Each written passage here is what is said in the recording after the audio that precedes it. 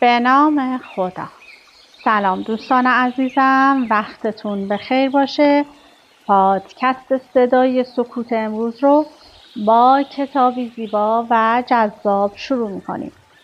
درباره یکی از سلحشورترین مبارزان راه آزادی تاریخ ایران، قهرمانی که هم عیار بود، هم فرودست بود، هم کینه شخصی بر غرب داشت و هم نماد یک انقلاب اجتماعی بزرگ شد و از همان انقلاب خیانت دید. ستارخان. لطفاً با من همراه باشید تا این کتاب زیبا رو با همدیگه کشفش کنیم. ابتدا معرفی کوتاهی در مورد کتاب و نویسنده کتاب برای شما انجام میدیم و سپس با هم کتاب رو ورق میزنیم. کتاب ستارخان نوشته عباس پناهی ماکویی و غلام خاتون در انتشارات نگاه چاپ شد. رمان ستارخان نخستین بار به سال 1957 1336 در شهر باکو به چاپ رسید که توسط انتشارات نگاه در سال 1388 در تهران چاپ شده و در دسته موضوعی تاریخ معاصر ایران و زندگی نامه قرار داره. لطفاً با من همراه باشید تا توضیحات کوتاهی رو در مورد نویسنده کتاب برای شما بخونم و ابتدای کلام از محمود دولت‌آبادی یک نوشته بسیار زیبا رو میخونم و سپس در مورد نویسنده اطلاعات زیادی رو برای شما عرضه میکنم. لطفاً با من همراه باشید. ای سر پرشور، ای قلب هزار کودک در سینه تو، بر مسیر خونبار خاک، آیا تو نیستی که با قداره صمدخان 1000 بار قطعه قطعه شدی؟ ای که بر بام مسجد کبود با 100 گلوله برافروختی. نشانه آذر باری اشک بیگانه با چشمان تو بود، به هنگامی که زانوانت را در باغ اتابک به هم در شکستند میراثخواران زنازده تو. محمود دولت‌آبادی کلیدر. پیشگفتار. عباس پناهی ماکویی در سال 1281 شمسی در شهر ماکو در خانواده تجارت پیشه به دنیا آمد. دوران کودکیش را در همین شهر مرزی گذراند و از سال 1287 به خوی آمد تا تحصیلات ابتدایی خود را در آنجا به پایان رساند. سپس در کارهای بازرگانی به پدرش حاجی علی اکبر آقا که از دانش زمانه خود بهره کافی داشت و به جرم شرکت فعال در انقلاب مشروطیت از سوی کارگزاران شاه خودکامه مدتها تحت تعقیب قرار گرفته بود کمک کرد. در این کار مدت 16 سال شهرهای مختلف ایران و قفقاز و استانبول و دیگر شهرهای خاور نزدیک را زیر پا گذاشت و آنچه میبایست از تجربه و علم آموخت. حاصل این سفرهای اجباری و در عین حال مفرح و دلانگیز برای عباس جوان شکوفایی استعداد ادبی و باز شدن دید پرسشگر و کنجکاوش بود. کار قلمی و نخستین تجربیات ادبی خویش را با شعر آغاز کرد. در 15 سالگی متأثر از اشعار کلاسیک شاعر بزرگ آذربایجان علی اکبر صابر هوب نخستین شعرش را در روزنامه یعنی فیکر یا اندیشه نو چاپ تفلیس به زبان ترکی آذربایجانی منتشر کرد. یک سال بعد با سرودن الفبای نو ترکی اصلاح الفبای آذربایجانی را به عنوان ارزنده ترین اقدام ستود. هنوز 2 سال از تجربه های شعریش نگذشته بود که به نثر روی آورد. در سال 1304 شمسی نخستین اثر مصورش به نام پریشان در همان روزنامه یعنی فیکر چاپ شد و مقام دوم مسابقه ای را که به همین منظور از سوی روزنامه ترتیب داده شده بود نصیب وی کرد. در همین دوران است که نوشته‌های دیگری در روزنامه آذربایجان چاپ باکو و نشریات دیگر منتشر می‌کند. پدر را که از دست داد رخت به وطن مألوف کشید و دوباره در ماکو رحل اقامت افکند. هنوز 1 سال از جابجایی ناخواسته‌اش نگذشته بود که به جرم شرکت در فعالیت‌های ملی از سوی حکومت مرکزی گرفتار شد و به زندان افتاد. پس از 1 سال از زندان آزاد گشت و به زنجان تبعید شد. حکم تقدیر چنان بود که مدت حبس و تبعید 4 سال بیشتر طول نکشد.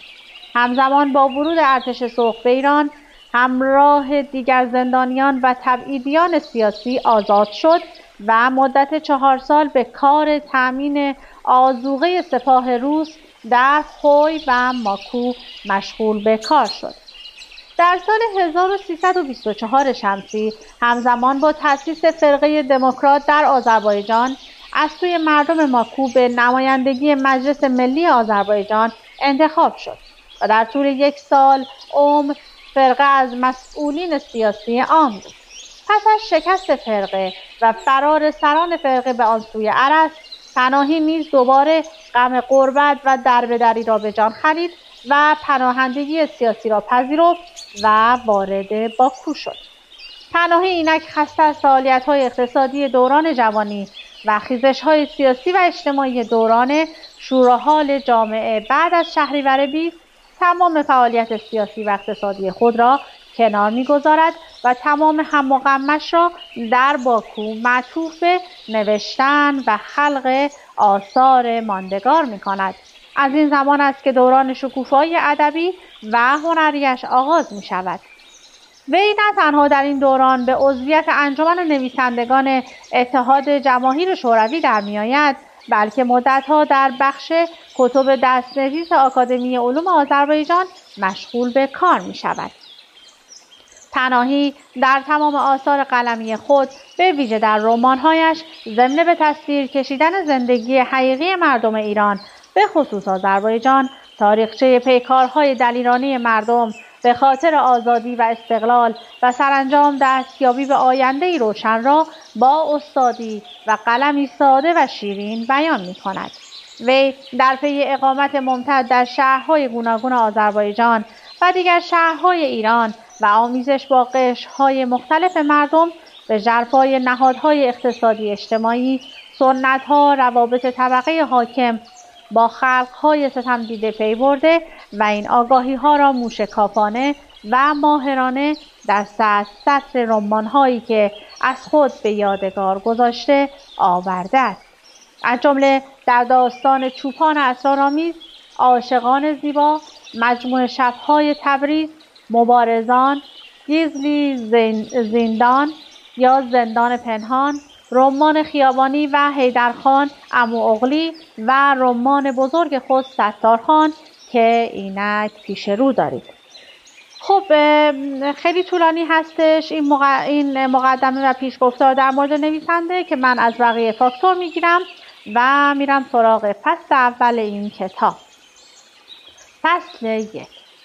روستای مسگران بعد از ظهری گرم و داغ در یکی از واپسین تابستان‌های قرن گذشته، خانه ییلاقی حاجی سمسام، یکی از مالکین تبریز، در گوشه‌ای از روستا، بانوی میانسال و پرشکوه با لبخندی شیرین بر لب در ایوان ایستاده و محو تماشای بازی کودکانی بود که در فضای باز و گسترده بیرون از حیاط مشغول بازی و شیطنت بودند.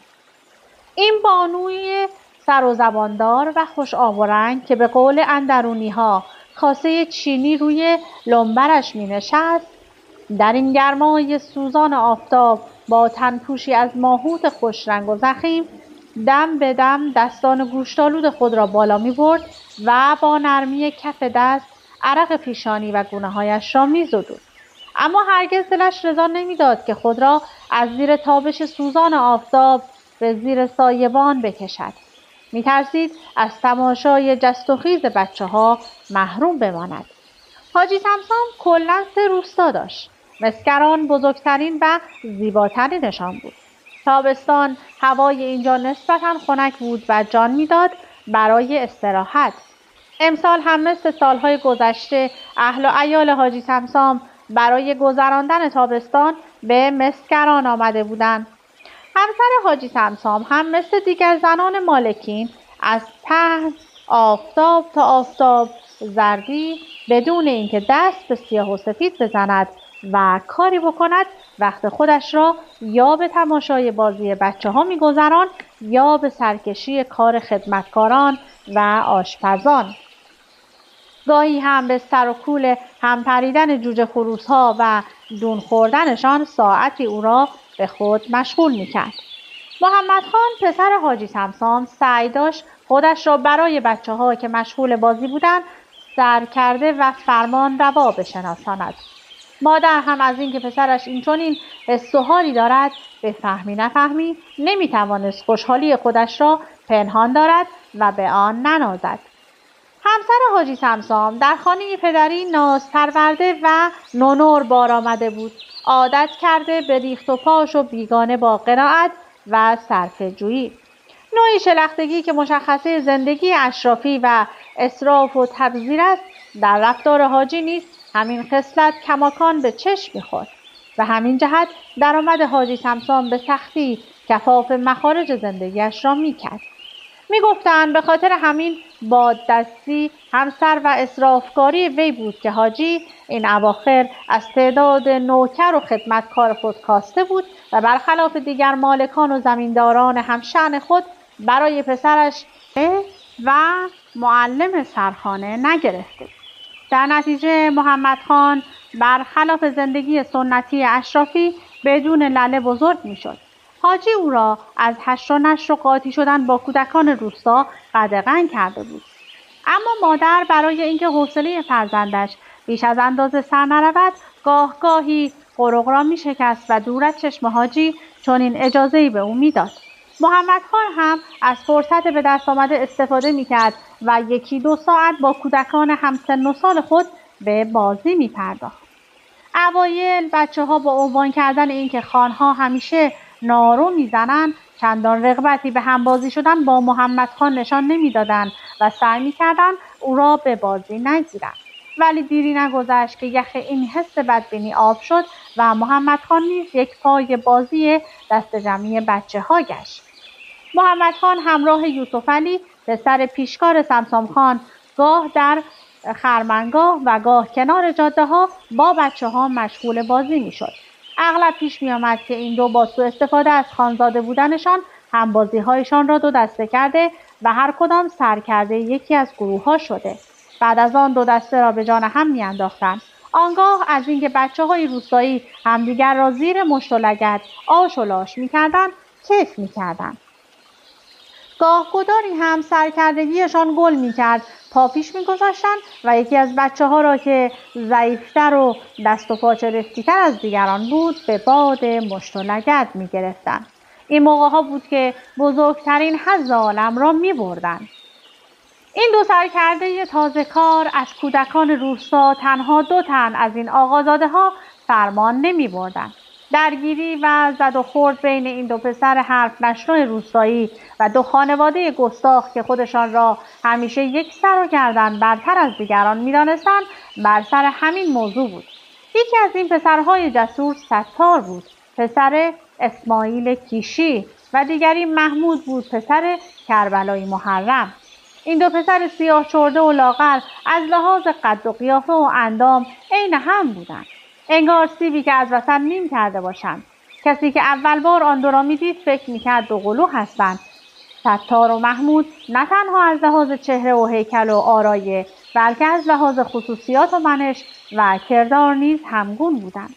کلاهی شبیه به هم بافته از پشم‌های رنگارنگ با منگوله‌های آویزان بر سر، یک جفت کفش کهنه و وسطه‌پینه شده بر پا، آرخالیق خاکستری بر تن و شلوار آبی رنگ قدک بر زیر آن. همسانی و همشکلی این 2 کودک روستایی را بیش از هر چیزی نشان می‌داد. برخلاف دیگر کودکان روستا همیشه خدا 2 فلاخن بافته از پشم‌های الوان همراه داشتند. یکی از این زنگ‌قلاب‌ها را به کمر می‌بستند و دیگری را از بالای شانه می‌آویختند. ستار و محمود پیش ملا قربان علی درس می‌خواندند. ملا قربان علی تنها آخوند روستا بود که بچه ها را نوشتن و خواندن و مسائل اولیه علوم دینی یاد میداد. درس که تمام میشد 2-3 ساعتی به پدرشان کمک میکردند. بعد یا با کودکان روستا بازی میکردند یا دور از آنها دوتایی در گوشه‌ای چیزی را نشانه میگرفتند و با فلاخن یا فلاخن به سویش سنگ پرتاب میکردند. یکی از دلمشغولی‌های کودکان روستا این بود که موقع عصر هنگام بازگشت گله از صحرا خودشان را به میان گله می‌انداختند، پر الاغ گیر می‌آوردند و به هر زحمتی که بود از گردن الاغ آویزان می‌شدند و با یک خیز خودشان را به پشت او می‌رساندند. بعد همپای جیغ و داد و فریادهای گوشخراش کفل حیوان بیچاره را با گشاده دستی می‌بستند به شلاق و سیخونک تا در تاخت از حریفان عقب نماند. محمد خان که کودکان روستا به ویژه ستار و محمود را اینچنین شاد و شنگول میدید به فکر تقلید از آن دو میافتاد و پا پیش میگذاشت تا به میان گله برود و جسارت و شانس خود را بیازماید. اما هیچ وقت هیچ موفقیتی نصیبش نمیشد. هرچقدر بیشتر زور میزد بیشتر مورد مضحکه همسن و سالان خود قرار می گرفت و این برای خانزاده خیلی گران می آمد. در چنین حال و هوایی بود که پاپیش ستار و محمود می شد و اغلب به خاطر همین ادا و اطوار آزاردهنده کتک مفصلی از آن دو نوش جان می کرد. به خاطر همین ملاحظات بود که محمد خان سعی می کرد در محوطه‌ای نزدیک به منزلشان بازی کند و مترصد فرصتی باشد که از ستار انتقام بگیرد. امروز یکی از آن روزها بود. محمد خان اکثر کودکان روستا را دور خود جمع کرده و به فکر آن بود که به دسته حقیر و فقیر ستار حمله بر شود و این باعث خوشحالی و مسرت مادر بود. چهارچشمی از ایوان منزل حرکات فرزندش را زیر نظر داشت، اما دیری نگذشت که ستار بیشتر کودکان را به طرف خود کشید و به یک حرکت خانزاده ها و طرفدارانشان را از میدان به در کرد. بانوی مخمل پوش همچنان غرق تماشای بازی بچه ها بود. از این بابت که به یک چشم بر هم زدن فرزندش مغلوب و مقهور ستار شد، اگرچه رگه‌هایی از تشویش و دلشوره غریب دلش را خولید، اما برای اینکه خللی به بازی بچه ها نیفتد هیچ اهمیتی به این پیش آمد ناگوار نداد. به ناگاه هوا ابری شد. تغییر ناگهانی هوا دیگر مجال ادامه بازی به بچه ها نداد. چند لحظه بعد رگبار باران میدان را از بچه ها خالی کرد. اینک مادر دلنگران نیز مثل بچه ها از ترس خیس شدن خودش را به اتاق کشید. در خیالش چنین نشسته بود که اگر باران نمی آمد مطمئناً پسرش به یک حمله برق‌آسا حق بچه های بدترکیب و لخت و اور روستایی را کف دستشان می گذاشت. مخصوصاً این ستار لاغر و مردنی را. باران شدیدی که از 1 ساعت پیش شروع شده بود تازه بند آمده و تا غروب از راه برسد وقت چندانی نمانده بود. هی هی معهود و دلنشین چوپان جوان کوه و دشت را غرق کرده بود. عجله داشت تا شب چادر سیاه بر صحرا نیافکنده گله پراکنده در چراگاه را هر چه زودتر یک جا جمع کند و به روستا برساند. در روستا نیز بچه‌ها در کوچه‌های پوشیده از گل و شل منتظر رسیدن گله بودند که در بینشان 2-3 الاغ بیپالان سلانه گول می‌خوردند. منظره چشم‌اندازی در آن سوی خرمنگاه به چشم می‌خورد. بوی خوش سبزه‌هایی که آب نیسان بر رویشان برق می‌زد. فضای خرمنگاه را عطرآگین کرده بود. پرنده‌هایی که از ترس خیس شدن تا این ساعت بیخ هر سنگ و تپه‌ای پنهان بودند. اینک با بند آمدن باران دوباره پر پرواز گشوده شادی و طرب خود را با آوازهای دلنشین و معهود در گوش همدیگر نجوا می‌کردند.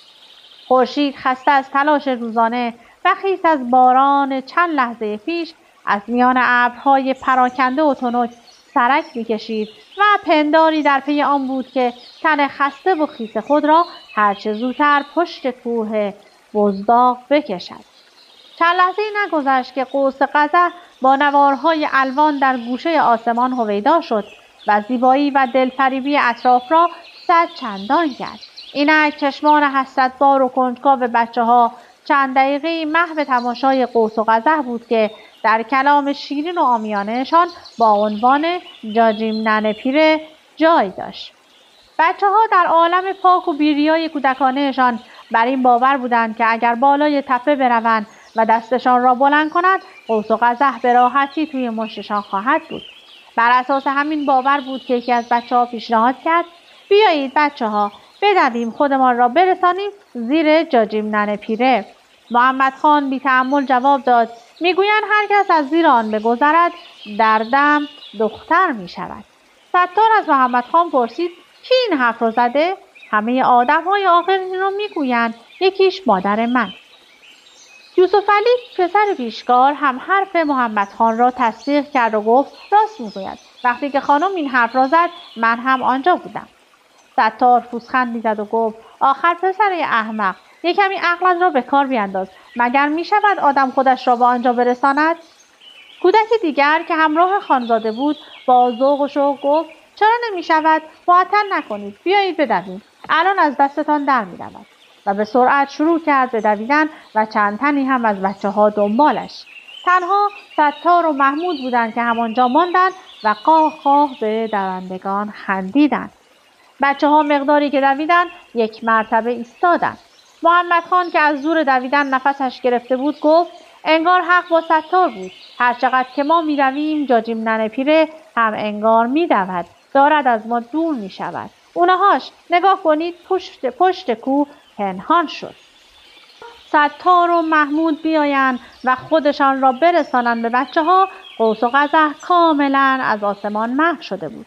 حادثه کوچکی بود که اتفاق افتاد، اما همین اتفاق ناچیز و پیش پا افتاده حرمت ستار را پیش بچه‌ها بالا برد. حالا در روستا به تعداد طرفداران ستار افزوده شد. بچه‌ها به ستار به دیده کسی که پیش از آنها می‌داند و زورش بیشتر است نگاه می‌کردند. دوباره تکه‌های ابر جلوی خورشید را گرفته بود و هوا مه‌آلود شده بود. تابستان امسال گویی نارام و پر رعد و برق بود. یک مرتبه خنجر برق سینه آبی آسمان را شکافت و صدای رعد از پشت بزداق به گوش رسید. کودکان روستایی به این صداها و برق زدنها عادت داشتند. بی هیچ ترس و واهمه‌ای چشم بر آسمان دوباره منتظر دیدن روشنی برق و شنیدن صدای مهیب رعد بودند. اما محمد خان و یوسف علی اینگونه نبودند. ترسی آمیخته با تعجب سراپای وجودشان را گرفته بود. به نظر می رسید نخستین بار است که چنین اوضاع و احوالی را می دیدند. از زور ترس به جز خواندن دعا کاری از دستشان بر نمی آمد. کودکان روستا بلد بودند چگونه خودشان را از شر باران خلاص کنند و خیس نشوند. به سرعت پشت سنگ‌ها قایم شدند، اما محمد خان و یوسف علی که یک لحظه از او جدا نمی‌شد، با اینکه لباس ضخیم و کفش و کلاه مناسبی بر سر و پا داشتند، هاج و واج مانده بودند که چه کار کنند. عوض آنکه خودشان را به زیر تخت سنگ یا بوته‌ای بکشانند، همانطور چسبیده به هم زیر باران ایستادند و خیس خیس شدند. ستار بی هیچ ترس و واهمه‌ای از خیس شدن و صدای رعد و برق ور کلاه نمدینش را به دست گرفت و به سرعت خود را بالای تپه‌ای که در آن نزدیکی بود رساند. چند دقیقه بی هیچ حرکتی ساکت و آرام همانجا ایستاد. چشمان ریز و کنجکاوش که دلاوری و شجاعت از آنها می‌بارید، زیر رگبار تند باران اطراف را به دقت می‌کاوید. انگار در افق‌های دوردست دنبال چیزی می‌گشت.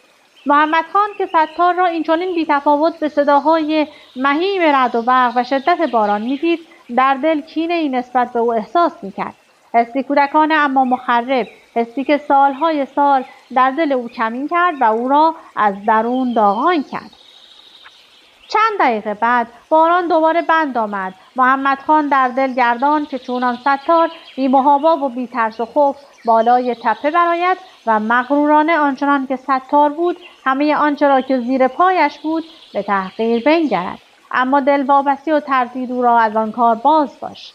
نکند دوباره آسمان بی مهری آغازد و رعد و برق و سیل باران غافلگیرم کند. خیال رقابت با ستار نترس و شیردل از دل زدود و مصلحت در آن دید که همچنان میان دیگر بچه‌های روستایی بماند. نخستین نشانه‌های گله‌ای که در راه بازگشت به روستا بود از دور دیده شد. گاوها که حس می‌کردند به زودی پیش گوساله‌هایشان خواهند بود ماغکشان سعی می‌کردند قدم‌هایشان را تندتر بردارند. شیهه اسبان همراه با صدای گاوها در آن غروب پرمعنای روستا اعلام ورود گله به روستا بود. هنگامه غریبی بود. صدای هیهی چوپان و هلهله کودکان در آن شلوغی و ازدحام گم شده بود. گله تازه از سراشیبی بزداغ پایین آمده و روی به سوی دهکده داشت که بچه‌ها از میخ تخت سنگی که از چند دقیقه پیش در پناه آن به کمین نشسته بودند بیرون جستند و مثل راهزنانی که در کمین نشستند بیرون جستند و خودشان را به گله زدند تا هرچه زودتر گردن الاغ یا کره اسبی را به دست گیرند و خودشان را بر پشتش برسانند. اگرچه بیچاره الاغ‌ها و کره اسب‌ها از حمله ناگهانی بچه‌ها رمیده و خود را به این سو و آن سو می‌کشاندند، اما بچه‌ها دست بردار نبودند. به هر سختی و مشقتی که بود سر و گردنشان در اختیار بچه‌های زبل و بازیگوش بود و بعد از چند لحظه پشت بیزینشان نشیمنگاهشان. یک مرتبه صدای ستار شنیده شد. کی با من موافق است؟ محمود و دیگر دوستانش یک صدا و با هم من. این بار صدای محمد خان بود که به گوش رسید. و کی با من؟ یوسف علی و 6 تن از بچه‌ها خودشان را به طرف او کشاندند. چند لحظه بعد 12 پسر در 2 دسته سوار بر الاغ‌ها چند قدمی عقب‌تر از گله رو در روی هم ایستاده بودند. ستار روی به سوی یاران خود کرد و به فریاد گفت: آهای دوستان، فراخوان‌ها را آماده کنید. امروز روز جنگ با کمند است. گوشتان را خوب باز کنید. با شما هستم. اگر به کمند آنها گرفتار شدید خودتان را گم نکنید. سعی کنید پاهایتان را زیر شکم الاغ‌ها محکم بگیرید تا زمین نیفتید. آن وقت مرا به صدای بلند بخوانید.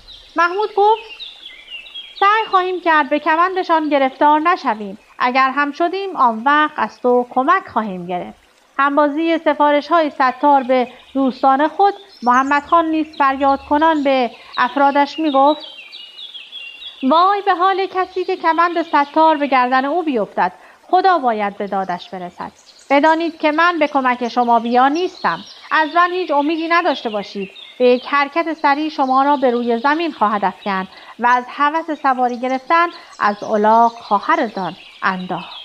یوسف علی بود که ملتمسانه و به حال زار نالید: تو رو خدا مواظب من باش محمد خان. محمد خان لبهایش را کج کرد و به تمسخر و ریشخند ادای او را درآورد: تو رو خدا مواظب من باش، جانت در بیاید. نگذار ستار کمند به گردنت بیاندازد. به ما چه؟ ستار قرید بگیر که آمد. محمد خان در جواب آمد: بیار هرچه داری. الاغ‌های دورمانده از گله زیر پای جنگاوران ریزنقشی که مرتب با چوب نفتیز به کپلشان سیخونک می‌زدند و یک صدا با هم نعره می‌کشیدند. یک مرتبه از جای خود رمیدند و خیز برداشتند. بچه‌ها با فریادهایشان گاه یاران را از هجوم دشمن آگاه می‌کردند و گاه به کلامی دلنشین و مسرت بخش آنان را به حمله کارساز و مهم راهنمون می‌شدند. سواری که بر اثر سهلنگاری یا فرزی و چابک سواری حریف اسیر کمند رقیب می‌شد. به سرعت پاهای خود را زیر شکم الاغ می‌چسباند و خود را به شتاب پیش رفیق می‌کشاند و بدین طریق بچه‌ها شادان و خرامان به زباله‌دانی که در مدخل روستا بود رسیدند. گله به مقابل هر منزل و خانه‌ای که می‌رسید از تعدادش 2-3 گاو و گوسفندی کم می‌شد، بیان که گله‌بان در این کار به شخص دخالتی داشته باشد. حیوان‌های زبان بسته بدون اندک مکسی سر و تن به آن سوی برمیگرداندند و خود را از رمه جدا می‌کردند. بچه‌ها همین که به زباله‌دان رسیدند باز صدای ستار بود که به گوش رسید: آهای محمود، پرتاب کن. ستار کلامش را به پایان نبرده بود که یوسف علی فریاد دلخراشی کرد و از بالای الاغ روی زمین بلو شد. محمود در یک لحظه او را به کمند پیچاند و به یک حرکت سریع نقش بر زمینش کرده بود. دیدنی بود. ریخت و قیافه یوسف علی، لایه‌ای از خاکستر و خاشاک زباله‌دان بر چهره و لباسهای خانزاده نشسته بود. کلاه سیاه نشاندارش ریز مچاله شده و در گوشه‌ای افتاده بود. محمد خان که سعی می‌کرد خود را به کمک دوست جانجانیش برساند با خشم و غضب فریاد کرد: وای پدر سگ محمود. بعد با سنگ قلابی که در دست داشت چند ضربه‌ای به شکم و کفل و پشت الاغی که سوار شده بود زد. الاغ از شدت ضربه ها یک مرتبه رمید و سوار را به جاده کنار زباله‌دان کشاند. در این موقع ستار خود را به نزدیک او رساند و با خشم گفت: پسر، به کی داری فحش میدی؟ محمد خان صدای ستار را شنید، اما وانمود کرد که چیزی نشنیده است. به پشت سر خود نگاه کرد، اما چند لحظه نگذشته بود که ستار را مقابل خود دید. ستار با دست راست یقه او را محکم گرفت. فریاد اعتراض محمد خان بلند شد: ول کن یقه‌ام را! نشنیدی؟ گفتم ول کن یقه‌ام را، والا پدرت را در میآورم. ستار ولکن نبود. نگاه‌های غضب‌آلودش محمد خان را به ترس و گریه واداشت. چهره‌اش در یک لحظه پژمرده شد و چند قطره اشک در گوشه چشمانش نشست. ستار هنوز می‌توپید: تا تو باشی و از این گهکاری‌ها نکنی پسر احمق. تو که ظرفیت نداری و نمی‌توانی پا به پای ما بیایی، از اول به بازی نیا. مگر مرض داری؟ بعد با یک حرکت سریع او را از روی الاغ به زیر کشید. محمد خان که به پهلوی روی زمین پاشید به شدت نالید: ای وای، دستم شکست، وای دستم! و با هر چه توان فریاد کشید. رنگش در یک آن زرد شد. با این همه نه ستار و نه محمود هیچ اهمیتی به داد و فریادش ندادند. همچنان سوار بر الاغ‌ها به سوی دیگر یاران محمد خان یورش بردند. و زمان به من اجازه نمیده که بیشتر از این کتاب زیبا رو برای شما بخونم. این کتاب بسیار زیباست. زندگی نامه سرخشور ایرانی ستارخان رو کامل برای شما توضیح میده و بسیار لذت بخشه. اگر دوست داشتین برای خودتون تهیه کنید و تا انتها بخونید. از اینکه با من همراه بودید سپاسگزارم. تا وایس بعدی، خدا نگهدارتون.